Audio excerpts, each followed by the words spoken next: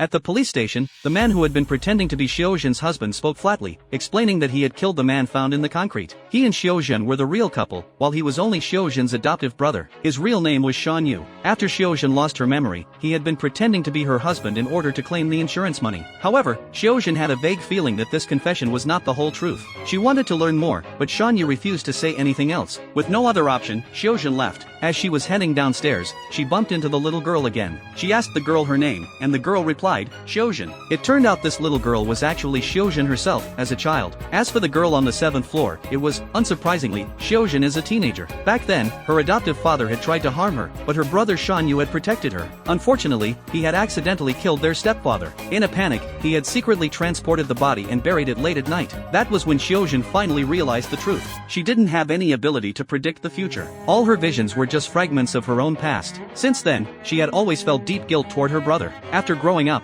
she married another man, but her marriage was far from happy. Her husband had a bad temper and was deeply in debt. She had asked for a divorce several times, but he always refused. One night, her husband got into a fight with a creditor. In the scuffle, he accidentally killed the man and then dumped the body on a construction site, covering it with cement. Xiaojun, who had arrived at that moment, witnessed the entire scene. Fearing she would report him to the police, her husband turned violent against her. In self-defense, Xiaojun accidentally killed him. She had no choice but to call her brother. Shan Yu disposed of her husband's body in the cement as well. At this point, Xiaojun was falling apart. Throughout her life, every time she got into trouble, it was her brother who took the blame. She had constantly brought misfortune to him. In the end, she had accidentally fallen and nearly died. Fortunately, she was saved in time and only lost her memory. Afterward, Xiaojun's memory fully returned. The police gave her an address, telling her that it was her real home, but as soon as she entered the door, it was suddenly slammed open. The man who walked in was her husband. It turned out he hadn't died that night. Since then, he had been looking for a chance to take revenge. Xiaojun tried to call the police, but it was too late. The man wanted to set the house on fire. The police, who had rushed to the scene upon hearing the commotion, caught the man. But Xiaojun, severely injured, couldn't escape.